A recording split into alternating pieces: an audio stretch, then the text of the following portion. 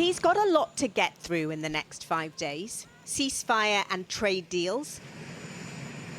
Not to mention a face-to-face meeting with China's President Xi Jinping. We have a lot of things to discuss.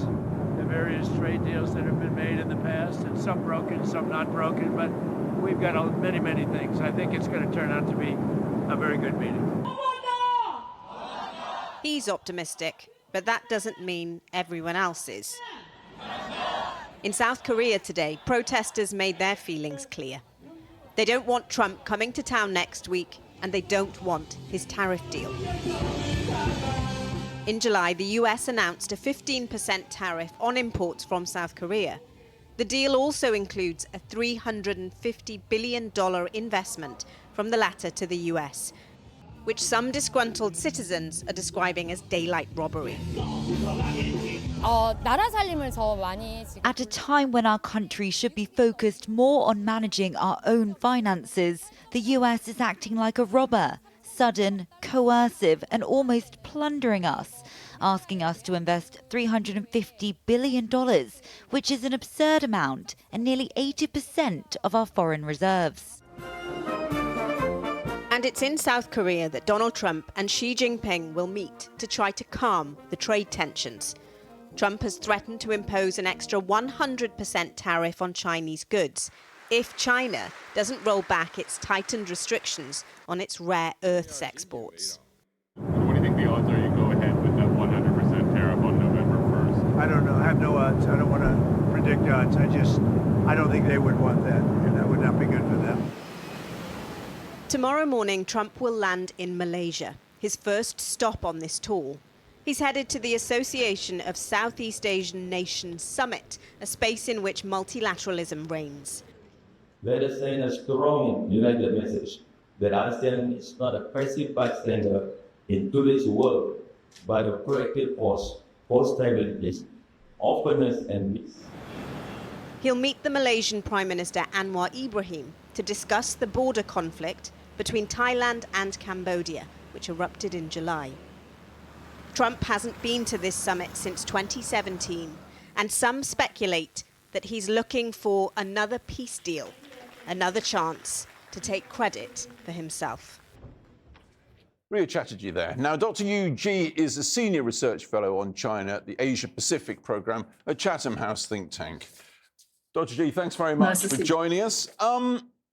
Let's say first off, I suppose the basic question you always want to know with Donald Trump is, OK, now it's Asia, what's he up to?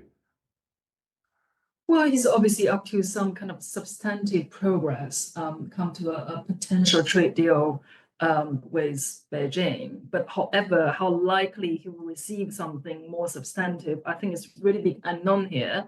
Because really judging from the Chinese public responses and also state media responses, there seems to be there's not really much expectation that the potential summit between Xi and Trump would yield any result. So I think unlike any of the previous that the Chinese president had with US president, usually in the run-up to the summit, you would have a long period of praising the nice words of the United States. But we have not seen any for now, and seems to be all very quiet on the Chinese state media front.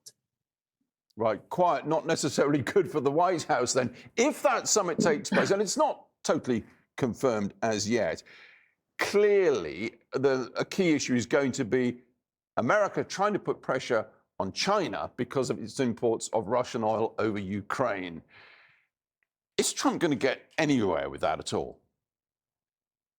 Well, I think even though Trump can putting pressure on China regarding the oil sanction that already been in place, and I think China equally can put pressure to not purchasing extra amount of the soybeans and also stop buying the Boeing aircraft as well. So I think there's a plenty of cards that both sides can play. I think so far, given the very strong and sweeping and extensive export restriction Beijing has imposed in a few weeks ago, and that actually shows the Trump and how much Trump got actually how much upper hand Beijing already had in this negotiation. And the other key aspect, of course, of that summit, should it happen, the tariff wars. Who's coming off best as things stand in that tariff war between the US and China? Well, it depends how you judge it. I think politically, both countries come off quite well. I mean, on the one hand, Xi Jinping has run all this rhetoric that he has managed US-China relationship well, and then also because coordinated effort within the Chinese government that enabled him to having some kind of coordinated effort on monetary and fiscal policies and also on trade policy. Whereas I think on the other hand, at Donald Trump's end, and he obviously showed to his own domestic audience, he's willing to be tough on tariffs on China, and he's willing to tackle the tariff challenges that have been posing. So politically, both ends seems to have declared a victory.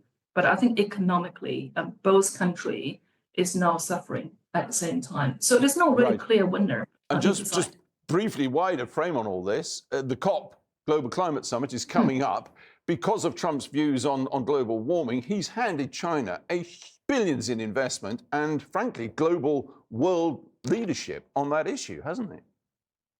Well, obviously, China could do this rhetorically by declaring having this global leadership on climate change, on renewable.